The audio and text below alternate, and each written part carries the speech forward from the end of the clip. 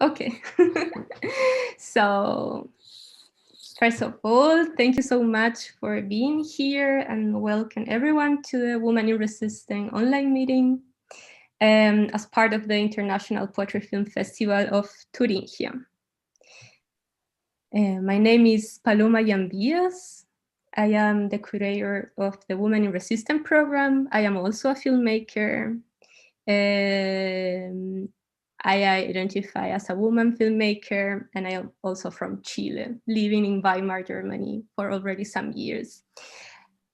We are going to be talking today with 4 of the 15 filmmakers that are taking part of the online program this year, the festival. That, of course, is just 4 of the 15 different worlds that were presented and topics, imaginaries. But I'm really glad to have you here so we can talk about the processes of your filmmaking, of your movies, of your writing process, and how did you connect to poetry film, and what are your motivations and intentions with your films. So I would like to start first listening to you guys, and so please, if you could start presenting yourself. Should I pick someone up? Yeah. Yes, let's start with Elena then. Okay. Yes. Hi, thank you very much for inviting me. It's an honor and a pleasure. My name is Elena Sainz. I'm an actress, poet, and filmmaker, and I've been living in London for a few years, but now I'm back in Spain. I don't know what's going to happen. Like, who knows? Right? Yeah. And well, I've been an actress for more than 10 years now, but I started like writing my own short films and directing my short films and poetry films 4 years ago. And yeah. And well, yeah, it started with like a conventional short film, but then once I began doing this, like writing and directing my films, I went like kind of crazy free to video poetry as well. So I'm observing this pattern that every time I do a like a conventional short film with a script, like can you say like at the same, not at the same time, but maybe kind of at the same time, and I'm doing a poetry film that goes like more freely, can you say that, like with not that attached to the rules, if you can say that. Yeah, that's interesting. I think we can talk about it, about these differences between this normal script and the poetry script or poetry film script later. I think it's a good way to start. Even though I call my short films poems because they are very poetic, but yeah. Yeah. Anyway, yeah. Who would like to continue now? Daryl? You were laughing. Sorry. I'm Daryl. I'm a writer, producer, and actor based in New York City. I also help run a female-led production company called CNT Productions. So we create a lot of content that is socially charged. And my piece is Black Girl Poem. It's a part of a larger spoken word series called Open that explores just various stories that are very linked to identity from underrepresented communities. And I think that's where a lot of my work stems from, just nuanced stories that uplift underrepresented stories. Underrepresented voices. Mm-hmm. Thank you so much. Katja, would you like to? I just need to keep the cat in check because she's like running wild. But okay, actually there are 2 cats. Maybe they're gonna visit us here. Yeah, I'm Katja Sophia Ditzer, and I studied writing, but I don't write that much anymore. I'm focused more on interdisciplinary art between literature, music, film, and performance. And so, yeah, I've been doing poetry films already since 2014, I think. Back then in collaboration, and since 2016 on my own. And yeah, I think, yeah, poetry films, they offer a lot of, possibility and potential to run, as Elena put it really nicely, to run completely free. And yeah, so I also love using my post-Soviet heritage in a way, like my family's from Russia, and actually work with that as well, because I mean, it is also something, the Russian tradition is a very rich one. And this is basically what I focus my work on at the moment. Yeah. Okay. Greetings to you from Berlin. And yeah, thanks for being here, like for letting me be here. Thank you so much. Then Meike or Maike? Maike. Meike, yeah. My name is Maike Redekamp. I'm a video artist, and I usually include or work with performative elements in my video. And this is the first time that I also use language directly. And I also often focus on the role of the camera and the political power of images and representation. Yeah. Yeah. And is it your work part of a video installation? Ophelia? It's a one-channel work, and I think of it as a one-channel work that could work in a screening, but also as an installation. Yeah. Okay. Thank you so much for your presentations. So soon we're gonna be watching and to all these different video poetry films, video portraits, portrait videos, however you would like to call them. I will now read a little text that I wrote for the program, so kind of like to understand what I was curating. This summer I was asked from the festival to curate this Woman in Resistance program, and I felt like, wow, like how I'm going to choose all these films, and I'm going to have to select them, and I have to kind of like at the same time kind of create a narrative with all these different films, with all these different points of view. And I was really excited about it, but I was also really nervous about it, of letting people out, and I would have liked to show everyone all those videos and to show all those different representations of these topics that are now so important.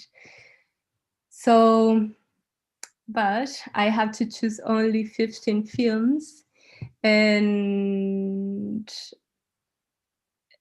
yes,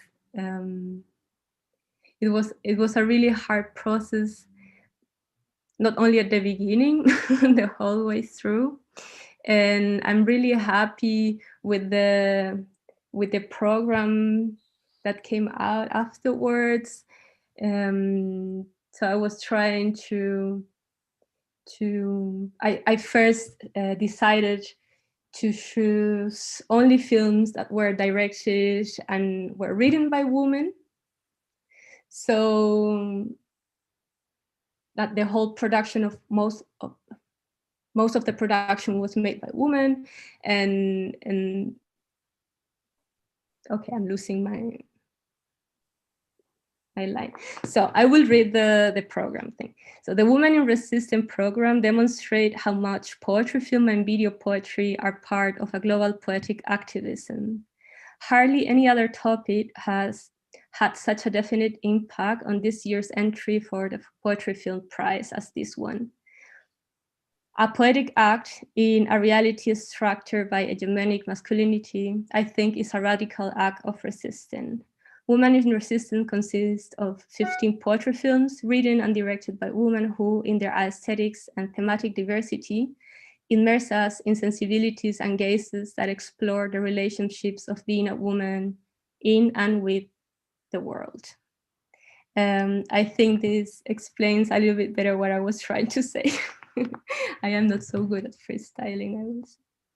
So after this introduction, I would like us to watch the films so we can afterwards talk about them and reflect on them at the same time. Okay. No.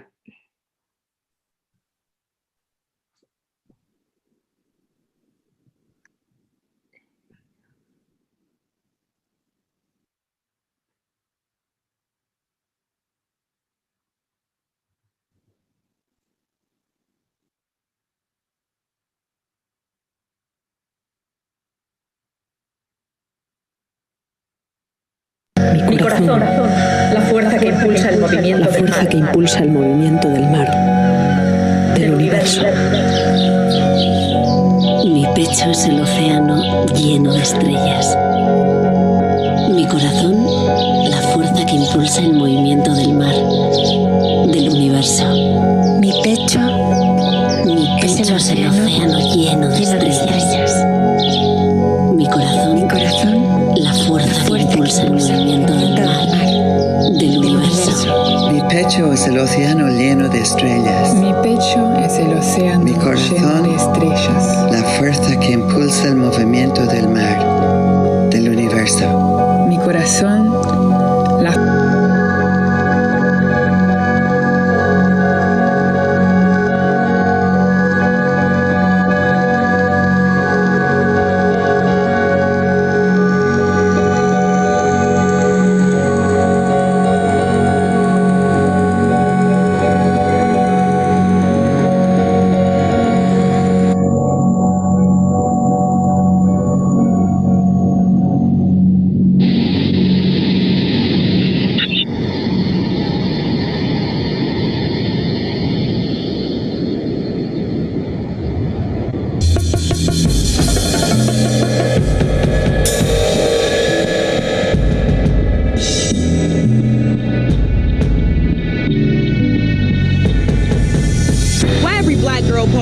about a nigga. Why every compliment I get gotta be about my figure? My pursuit of sweet wisdom and how I like to read Rumi seems to be forgotten when you feed it from my boo. Where's my smile? I like your style. I didn't ask for your opinion and my ass sure as hell didn't ask for your dominion. See, us women are creative. We got unlimited ways to shield or take cover from your unlimited gaze. Sometimes silent headphones are our armor of the day. Other times we gotta hit them with the sorry, I'm gay. Or even I'm underage. Or, I'm taking oh, that's a classic. And some of your anchor, your mother.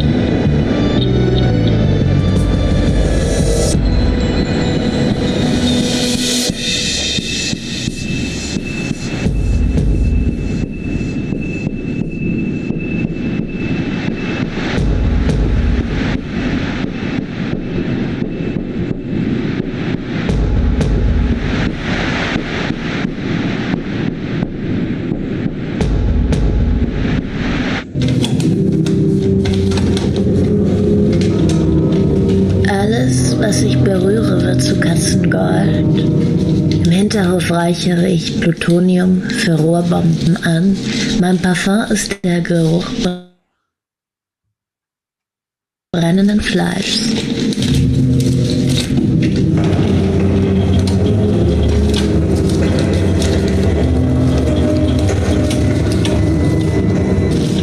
Ich exportiere die Bausteine der Welt. Ich verhandle einen angemessenen Preis für meine Unsterblichkeit. Ich erschaffe Tabus. Ich generiere Mehrwert.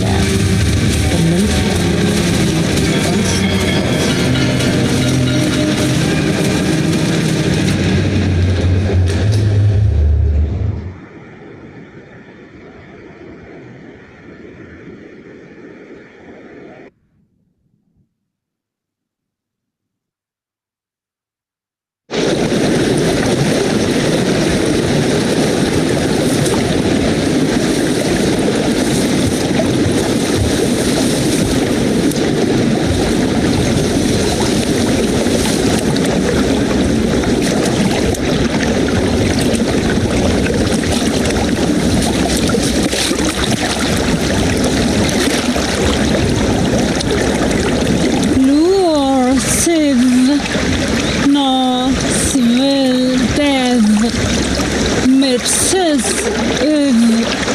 Siv, Slugarts, Ish, Luor, Siv, Diastua, Swoom, Nemov, Revenev,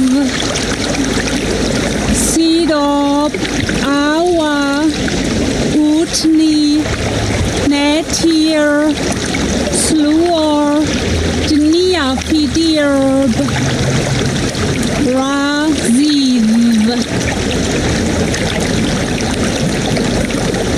Sledom, Luor,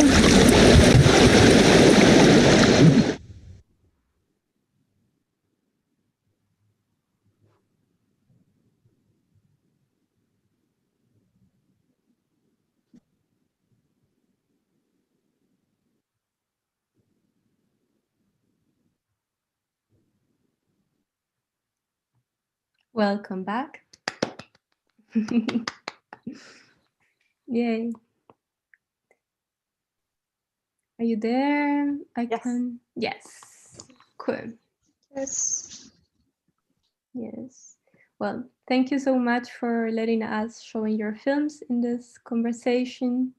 We could now proceed maybe with Elena. The subtitles were not there. I couldn't see them. You neither, no, guys? I just put the subtitles at the very beginning because it's the same sentence repeating over and over again.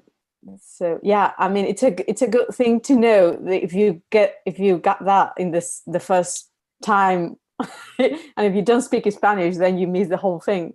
So yeah. Could you read I saw it in that? the beginning. I read it in the beginning and figured it was the same thing based on the caption. Okay, thank you. Yeah, I couldn't see it at the beginning because it was a little bit too slow. So I was like, oh no, it's a version without the subtitles. Yes. But good you could see it. So I decided to start with Elena's video poem because I thought it was, or it is, a metaphor for all these voices that are resisting as the ocean. It is there, repeating itself, creating all these rhythms in life. So I would like you to tell us more about the process of making this film, what this means to you. Okay, well, it started with the poem itself, and then it developed into this. But I can't remember the moment that I wrote the poem, but I have a feeling that it was after like a deep meditation or something. Because and I'm sure like all the words that I would say now are not enough, so I'm probably more meaning to it that, you know, I'm sure that every person that watched this finds like different kind, not different, but you know, yeah, various meanings. And yeah, I don't know, I just had this poem like someone put it in me, and I was like, okay, I'm gonna write it. and yeah, I've always been fascinated by the ocean. I grew up by the ocean, so I guess that makes sense. And also like by the stars and all the astronomy things, and how we are like just a small spot in the whole universe, and how what's the force that keeps us moving. I'm really fascinated about that, and how is the same kind of the same force that keeps us moving. I'm like, okay, yeah, there are scientific reasons to explain how the heart propels like blood to all the body and everything, but what's the ultimate, like, what's life? And then in a way, I guess I related this blurred ideas, or these ideas, to how women are just naturally, biologically creators of the world. Like being mothers or not being mothers. I'm not a mother. I'm not an actual mother. I'm not an actual mother, but we have the possibility to carry, someone else's life. and that is like super powerful. So this is the starting point of the film. I mean, this is why you choose only to work with woman voices? Yes, I guess so. Yeah. And yeah, I just send the request to friends, and these women, well, and a girl, one is my niece, they just wanted to, I wanna read these words aloud. And in a sense, I guess these words stop being only mine, but also theirs when they speak these words, because it's like it's not only me, Elena. It's my chest is full of stars, and my heart is the power of the universe. But it's like every person that says these, and I wanted to work only with women because I felt it that way. Is Yes, for me, I just want to. I read. I don't know if you women have read Lysistrata by the Greek classic Aristophanes. It's a classic Greek classic play, like from 400 before Christ or something like that.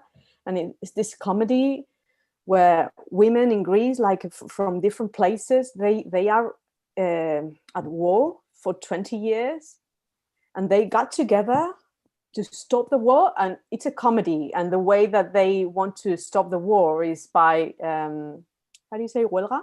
Strike of sex. Mm-hmm. So it's like we're not gonna have sex with you guys until you stop the war. And it's like full of like comedy and blah blah blah blah blah blah. But at the deep core of the whole thing is like women coming together from different like places, coming together to stop the war. And I don't know, I think that's very powerful. Yes, I really like it how these voices were kind of like activating the waves of the ocean, and at the same time the waves of the ocean are activating these voices. And I thought it was like a really nice metaphor for this process of creation, maybe we could call it that way, of creating something that is outside but also inside. And it's so hard sometimes to differentiate this outside from this inside, and it's kind of like flowing over and over again as the ocean does. And the ocean sometimes is like calm, and sometimes it's just like a mess, a storm. And yes, I think it was a nice metaphor. And I really like it also because afterwards we have like a poem from Daryl that also uses 3 different voices, but in a completely different way. So I would like you to introduce us to your process and to your film. Sure. I think, what Elena was saying about, the fact that we're all connected in a sort of way was one of the reasons why I used a chorus of 3 women. And I think that, for women in particular, specifically Black women in America, we have this weird dichotomy of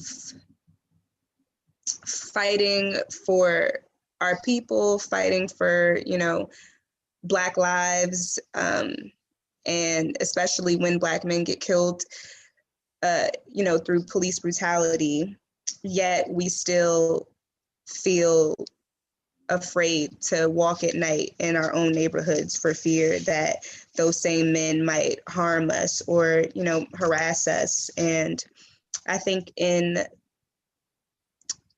Black American culture, sexual harassment of Black women, no matter how old you are, can be pushed under the rug or it can be neglected or undermined. And I wanted to really just raise awareness and accountability, holding the whole community accountable for this so that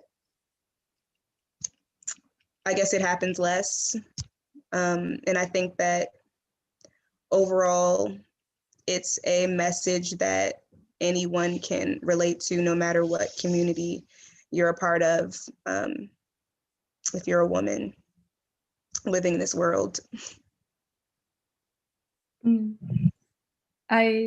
For me, watching the film was also like this. I can completely relate to this, coming from where I come from Chile, from Latin America. And of course, in a different context and different story, but yes, it gives, I think, to do this with other women gives the energy to keep going out to the streets, to not feel afraid, or to at least try to feel less afraid. It took me years to not be completely afraid of walking, not only at night. And I'm still are, and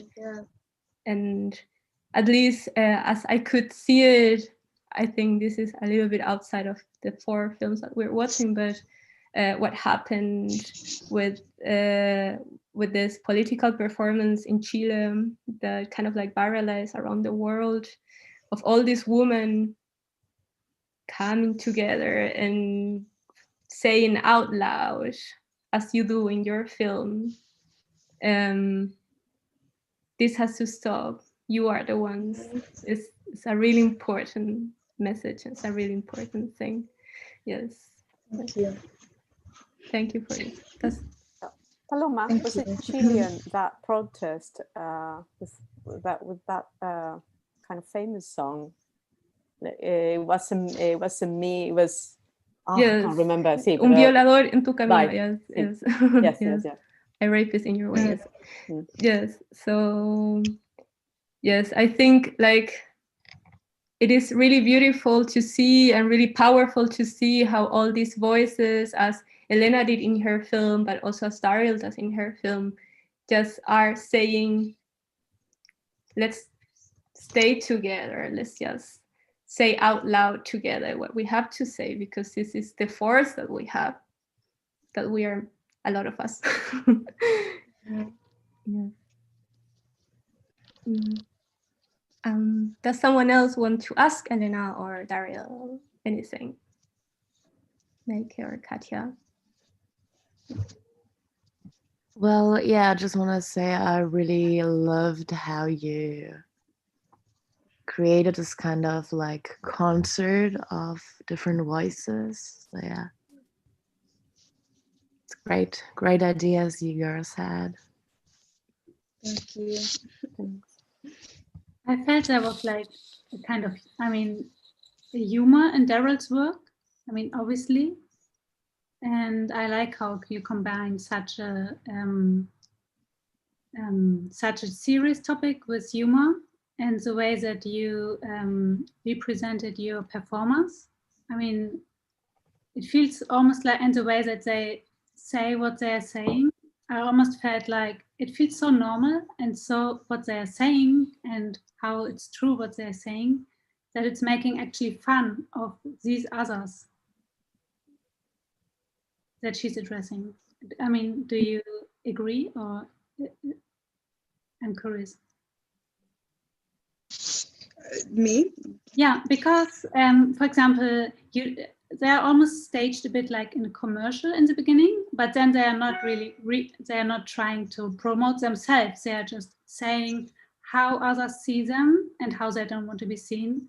And there's a humor for me in how they don't move and they're just talking and talking. They're also not passive, like usually in a commercial. And yeah. I think that one of the purposes for having like the three women just be the chorus and the voice is to show a contrast between the three women who are kind of like I would say a metaphor as to what the one dancer wants to become.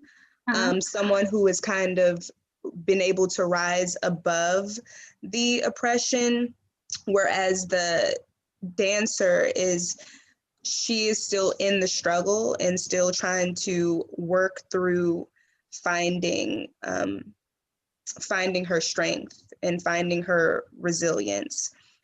So I really wanted to just kind of contrast those two state of beings. Yeah, I really like both of your videos.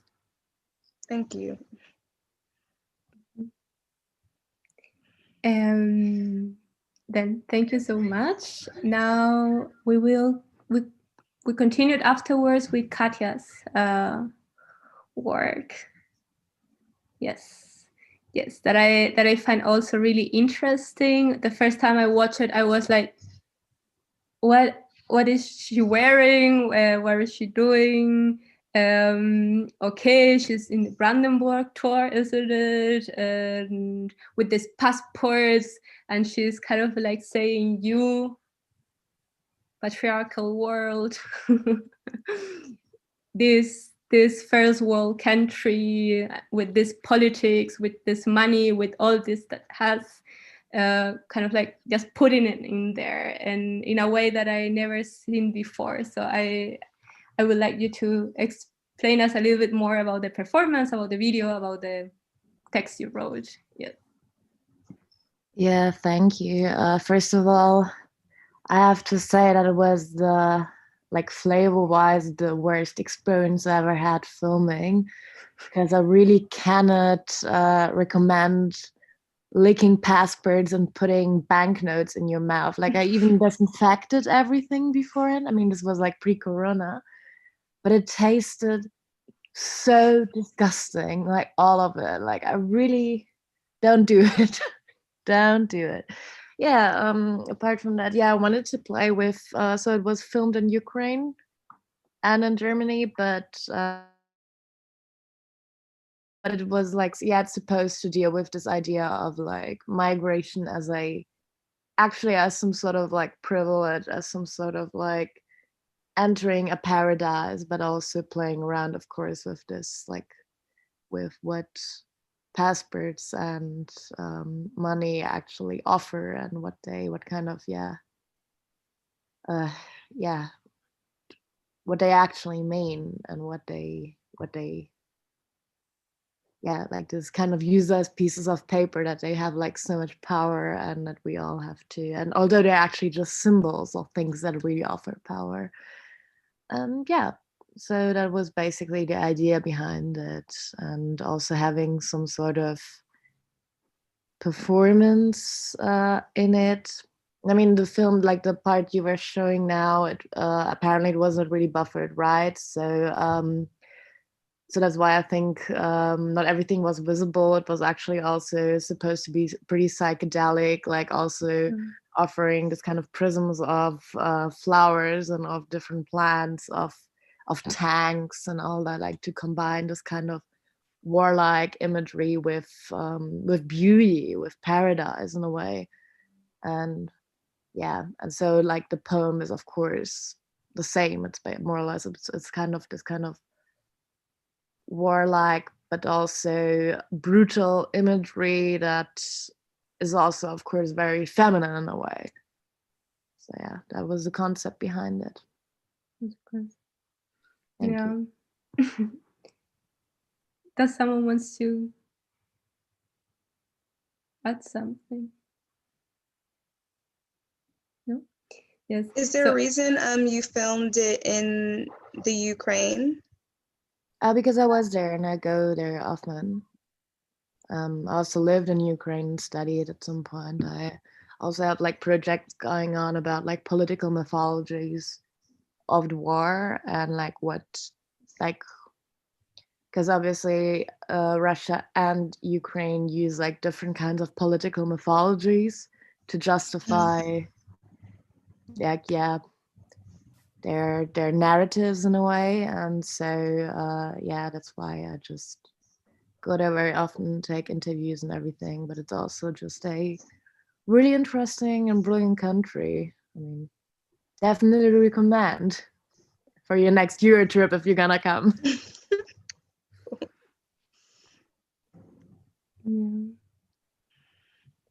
Yeah, I when I watched the video, I was like, I also wanna eat my passport straight away. And no, don't do it, because it tastes disgusting. Like, don't do it. But I'm not sure. Maybe Chilean passports taste better. No, I don't think so. They all taste nasty. No, like I would try, but like I mean, you can do it now.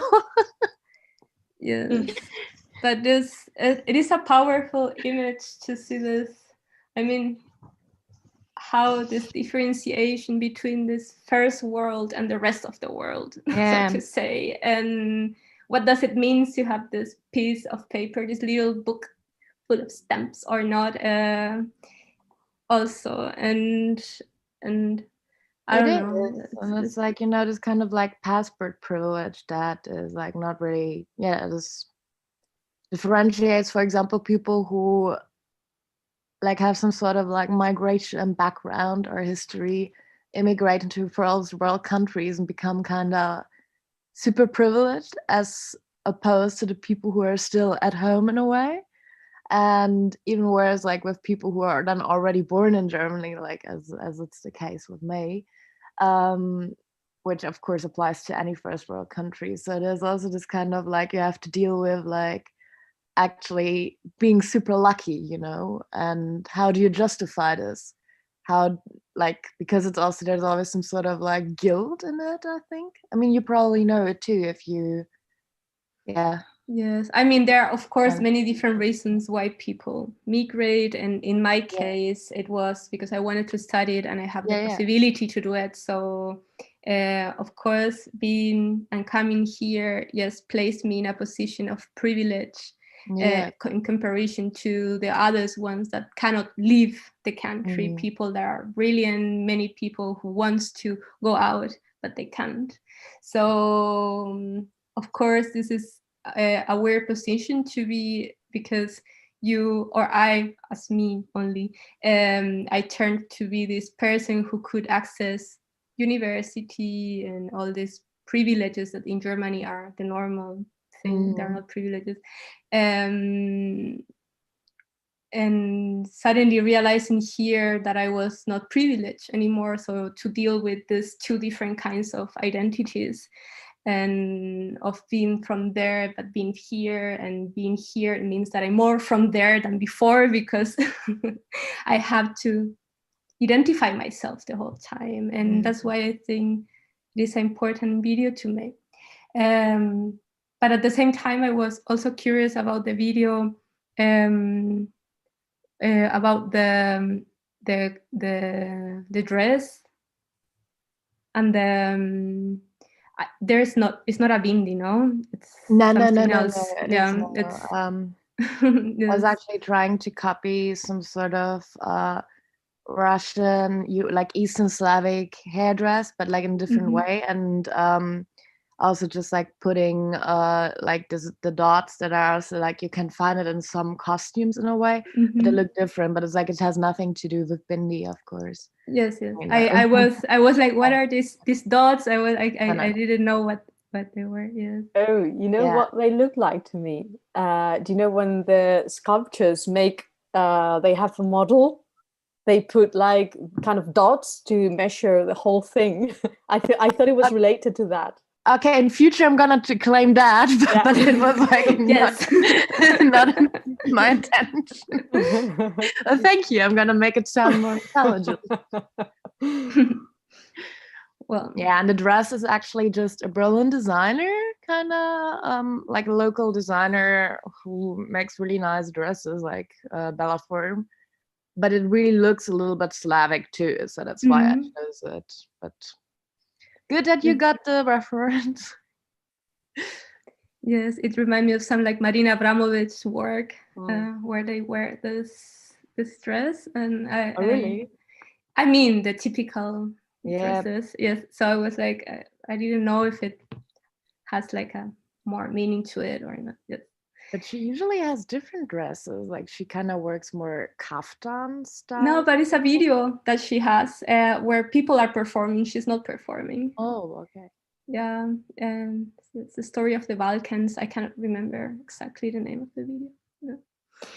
Yes. Okay, I'm gonna claim that too. Yes. Well, and at last but not least, I decided to leave Maike's video for the end because I think it's a video that is thinking itself. It's thinking the image and the power of the gaze through art and in our society at the same time. So it was kind of like a conclusion of all this, sort to say, to all the videos of the program, or to all these 4 videos that we were watching, taking this video poetry to a completely different place, maybe visually and narratively. So it will be nice to know a little bit more of your work. Yes. Yeah. So I think the idea for the work came when I was doing a research on the fetish of female corpses in fashion photography, because oftentimes I saw like women who they look like they're dead, but they wear the most expensive dress, and then it has a logo, you know, in the corner. And I was doing research on this. And I also came across this painting of John Everett Millais, Ophelia, which I'm referencing with my film, but also many photographers or fashion photographers reference this kind of image with the dead women.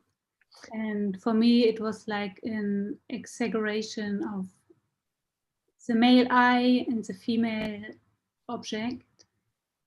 So that's why I found this image interesting. And yeah, the idea with talking backwards, I don't know, in the beginning it was a different idea, but then I realized that this kind of could fit together. And yeah, so I learned the whole text by heart, backwards. So when I learned it, and also when I recited it, it was abstract to me. I didn't know what it would mean. And while I'm talking, I'm also talking about how when we grow up, we learn the syllables and the words from our parents. We learn this language, and yet we don't know what are the social roles that come with what we are learning and how we are going to talk, and like with these social aspects that come with the language that we pick up, or with the role that we are automatically put in. Yeah, I think that's how these ideas grew together. Mm-hmm. Yes, the first time I watched it, I didn't saw first this message you have for the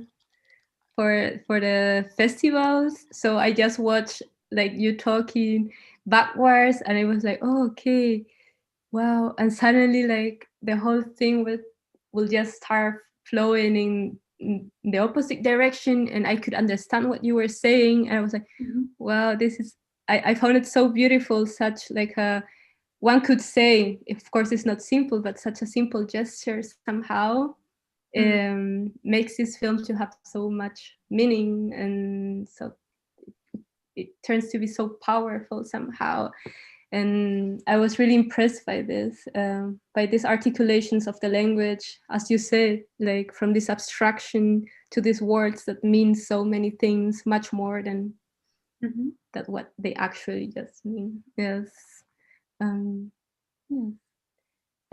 don't know where I read this or how did they know this, but I was reading the Ophelia, the painting was one of the most represented paintings of the history of art.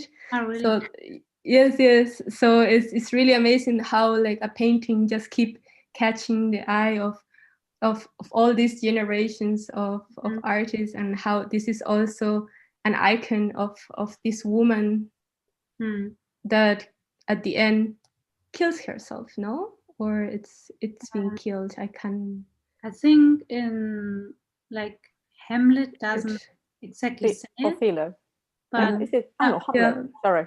I mean, sorry. Shakespeare doesn't say it, and it's part of she's appearing in Hamlet, but she's I think she's suffering from and going crazy because she's totally controlled by other male figures in the play. She can't do her own decisions. So I think that's why I thought this painting suits this idea.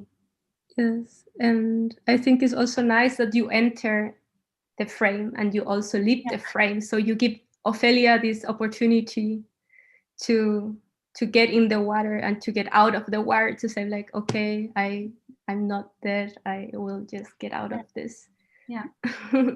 Of this square, yes, and I will keep living somewhere else. Yes. Yeah.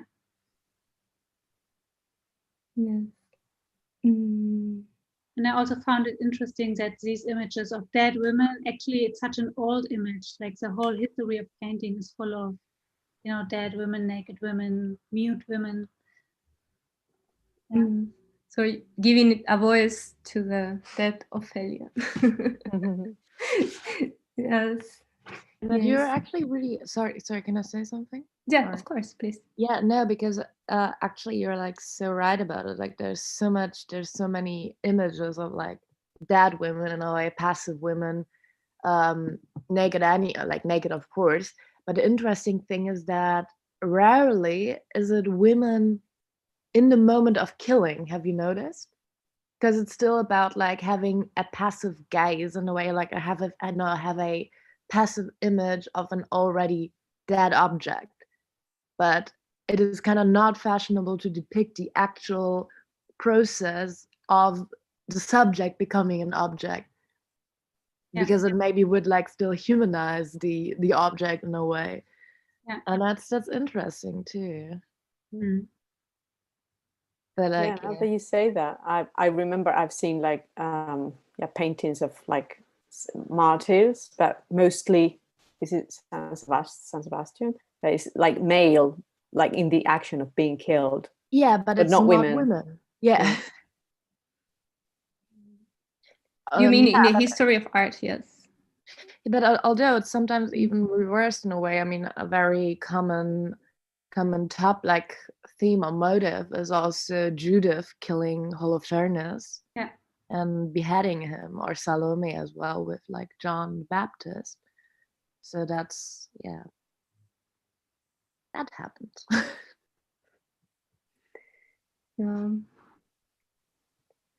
Well, yes. I think that's a hard topic too. It's a hard way of kind of like finishing this topic, this conversation about the movies. But I would like to. Would someone else like to add something to make us feel? I really like the how all the films were connected, like in a way, like it was like, oh yeah, it makes sense, yeah, that's the next thing, yeah, and then I good. think good work. We had a really good curator. But another like praise to Micah. How long did you lie in the river? I mean, it's so cold. Yeah, it looked like. Each time it was about 4 minutes. Okay. But underneath the dress, I also wore a neoprene suit. You're smart. Cheater. This is cheating. That's it. And I think we recorded it like around 18 times over 3 days. Wow. Because each time I had to get dry and come back, and then so that I could pick the best possible. I mean, Wow. I personally loved seeing it. I feel like I could just tell there was more agency for the woman, particularly in this Ophelia video, because I think with a lot of Shakespeare's texts in general, the female characters aren't necessarily fleshed out. And I feel like seeing you as Ophelia and seeing Ophelia not die, but actually get out of the water instead, was resistance within itself, and kind of just taking that agency back. And yeah, I liked seeing this take. Yes.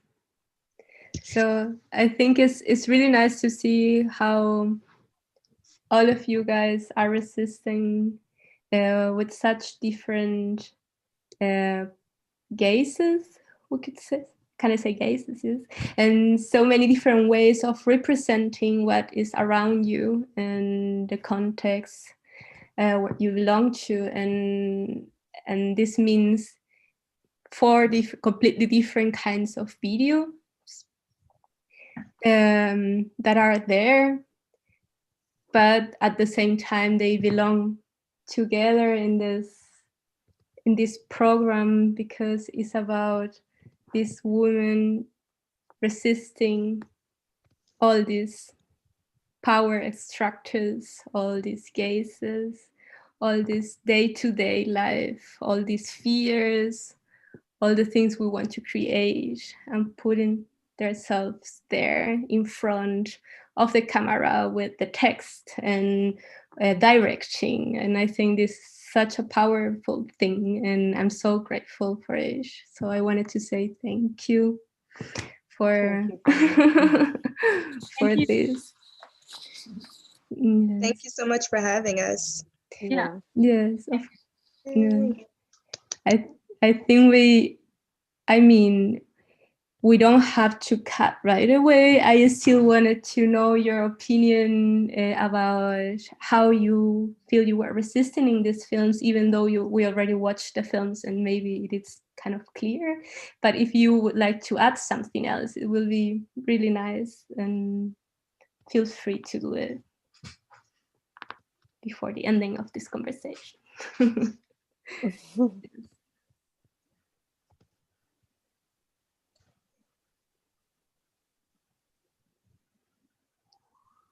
Katja? To the watchers who didn't buy tickets yet, go and buy tickets. The festival is amazing. Yes, please. Yes. Well, so I guess we will slowly say goodbye Yes. to this online meeting.